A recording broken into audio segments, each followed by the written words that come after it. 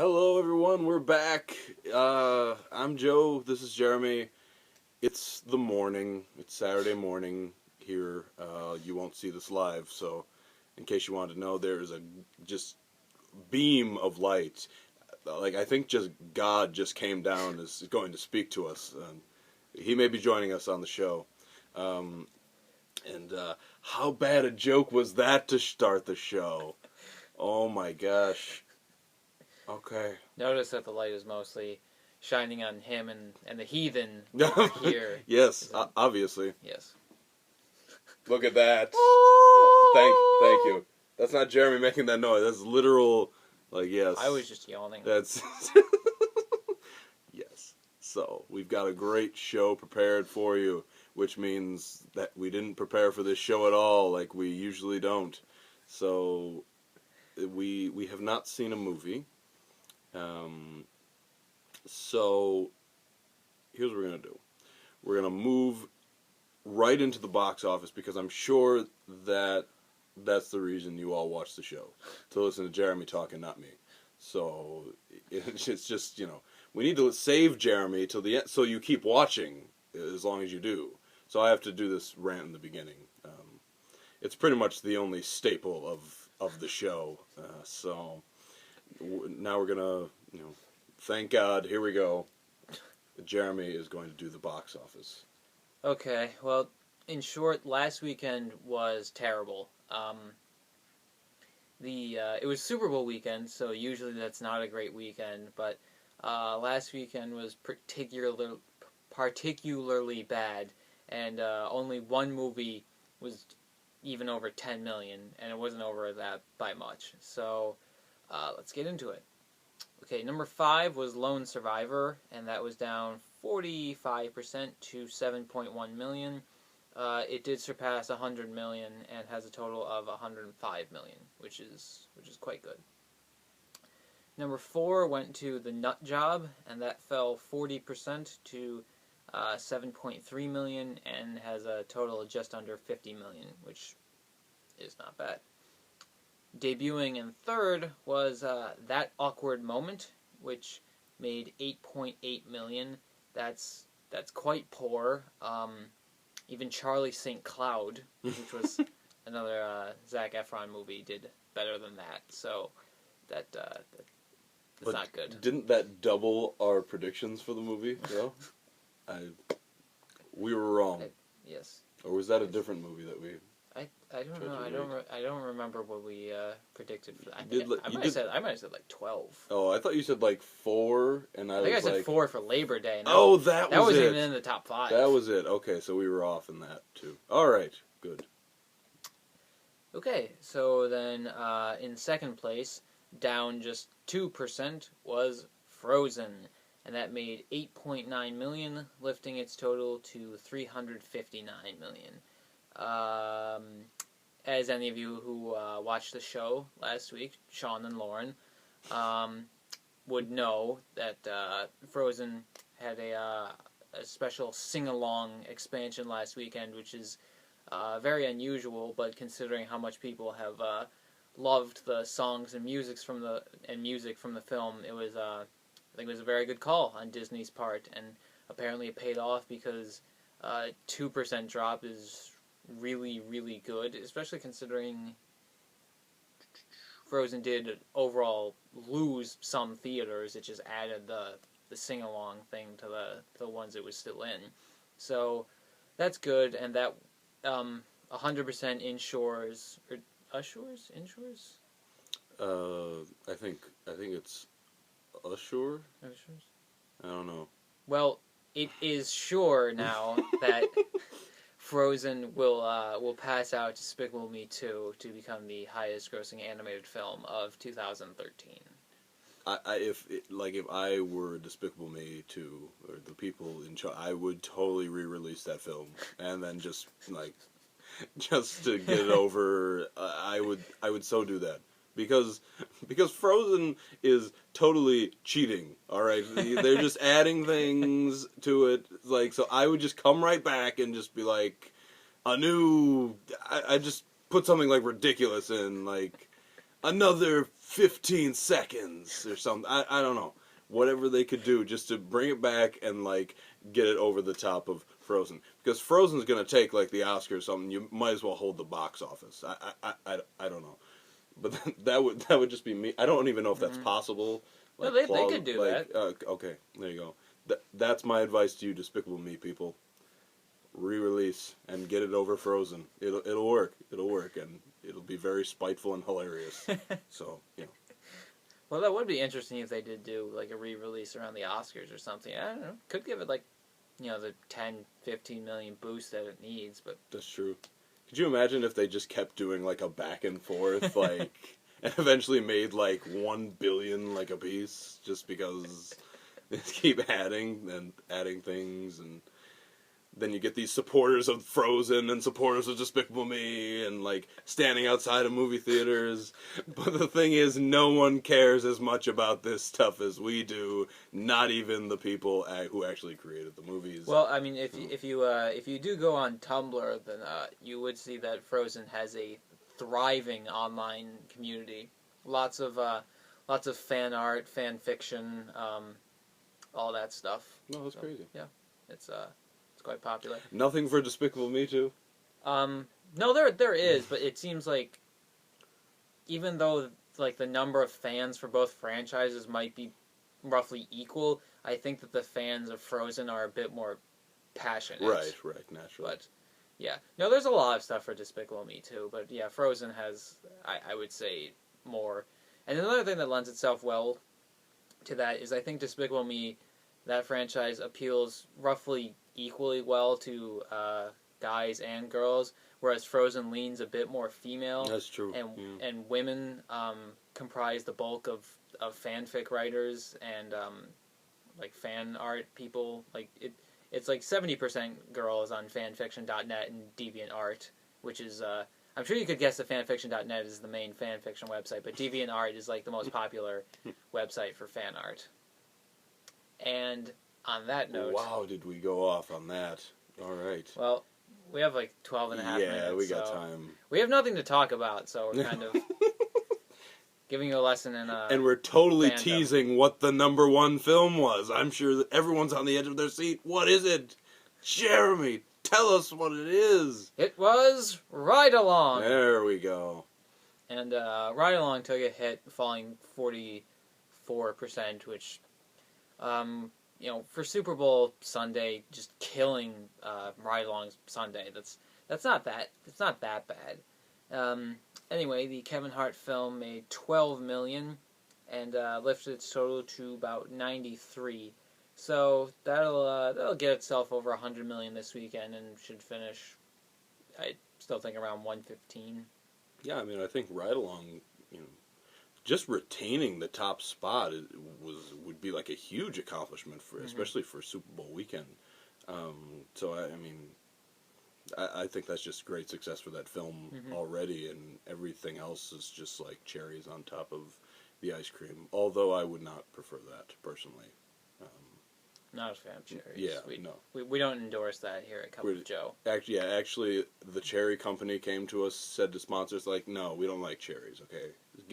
Get your sponsorship away from it. What, $1 million? No, okay?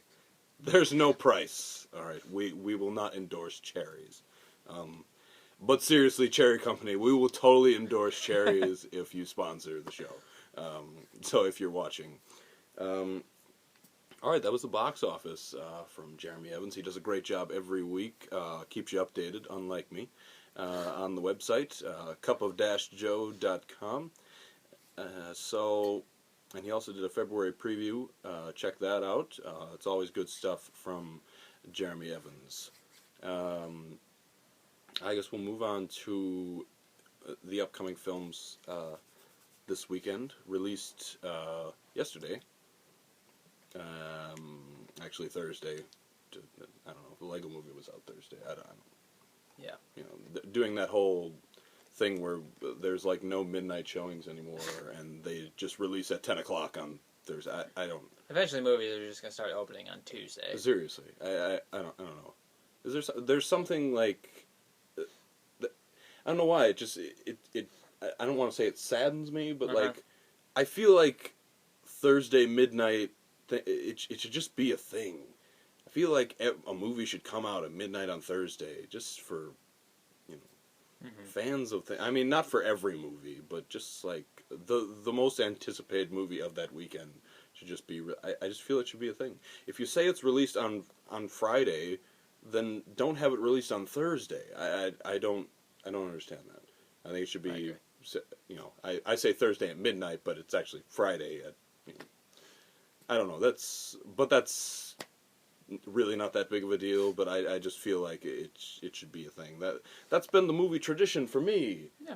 Growing up for us, and it's weird to just be like, oh, okay, we could see this at 8:30 on Thursday nights. Like what? But anyway, I think part of it was it showed how dedicated you were as a fan. You're like, yeah, I don't need sleep. I'll go into school or work or whatever with 2 hours of sleep. I'm seeing Harry Potter at midnight. Exactly. I will go early. I will get tickets a week in advance, and I will wait to leave the parking lot for an hour just because I am that dedicated. And it just doesn't happen. I mean, like Thor 2 came out, and there was like an 8:30 showing. I'm like, oh, okay. Guess you can go to that. I don't know, but it's just weird to me, and I really like the midnight movie experience. Not going, obviously not going all the time, just like for the big movies, getting prepped, dressing up as characters and stuff, and then no one else does. No one else in the movie theater does. Exactly. So, but I don't know. There you go. There's just another little something. Maybe you agree. Comment below on Facebook, on YouTube, and we also have a Twitter account and a Tumblr, which I don't know if we even update at the moment anymore. But yeah, so I just use the Tumblr to look at Frozen stuff. Oh, there we go. And Good. Daniel Craig. Good. Obviously, who doesn't? Gosh, it should be called. I can't come up with anything clever, so I'm going to move on.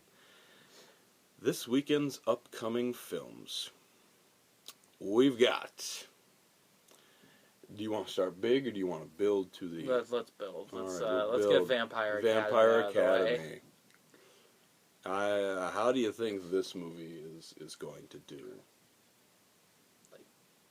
6 million. The whole vampire thing is pretty much over, and aside from Twilight and maybe like True Blood, it was never that big anyway. So, the Vampire Academy looks ridiculous. As I said in my February movie preview, I can't tell if it's taking itself seriously or not. In some ways, it seems like it's being over the top ridiculous on purpose, and then other times it's like, no, we're serious. So. I can't tell, but yeah, I think like 5-6 million. I think if this movie is just ridiculous and not trying to be serious, I honestly think I could enjoy this film. But if it goes to the point where like it's actually being serious, I don't see myself liking it. I don't see it being a good film. But like if you embrace the ridiculousness of the idea of this film, then it totally could be good. That said, probably not going to see it. Either way. Next, we have Monuments Men. Yes. And I think we may have differing opinions on this one. I'm going to start, and I could be wrong.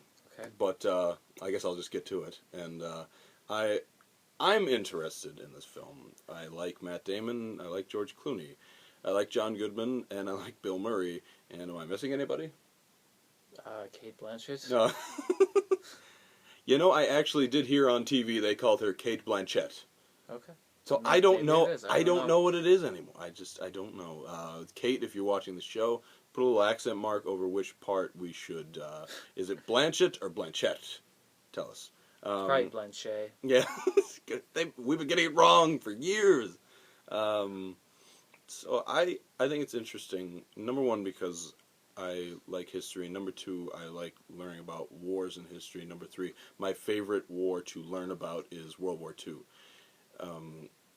embarrassingly, in a class in college once, we went around the room and said why we wanted to take the course, and I was just like, I really like World War II, and everyone like just looked at me. I'm just like, well, not like the death and stuff, just like it's interesting, and so I want to come across that I enjoyed learning about the history of that war.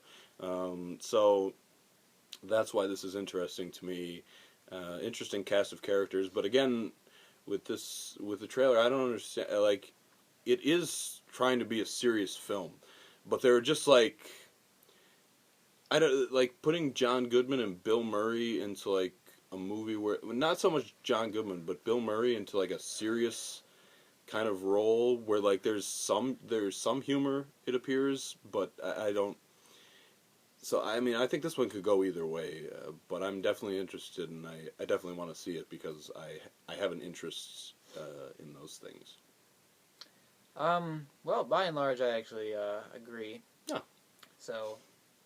Yeah, I think it looks interesting. I do like the cast, and I think it might be one of those things where it's like most of the like comedic moments, like fat John Goodman trying to get through like boot camp kind of stuff, are going to be like toward the beginning, and then maybe as the movie goes on, it'll shift to be more serious and all that. But I mean, who knows? But either way, the reviews are not good.